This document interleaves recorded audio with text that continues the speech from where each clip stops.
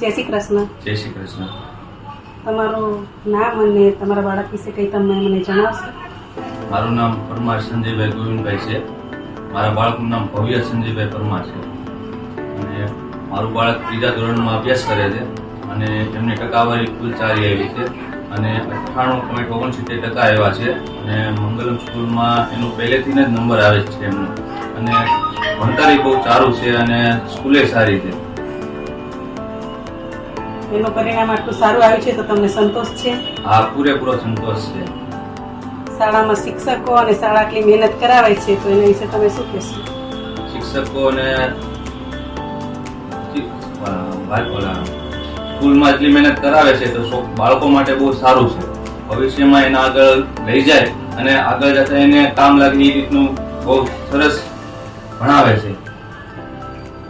શાળામાં અનેક પ્રવૃત્તિઓ કરાવે છે, ધાર્મિક પણ પ્રવૃત્તિ કરાવે છે, શૈક્ષણિક કરાવે છે, એના વિશે તમારું શું કહેવું છે? એ બહુ સારું છે. પ્રવૃત્તિ કરાવે છે, બહુ છોકરા માટે બહુ સારું છે. જુદી જુદી પરીક્ષાઓ લે છે શનિવારે છે, એના વિશે તમે શું મત આપશો?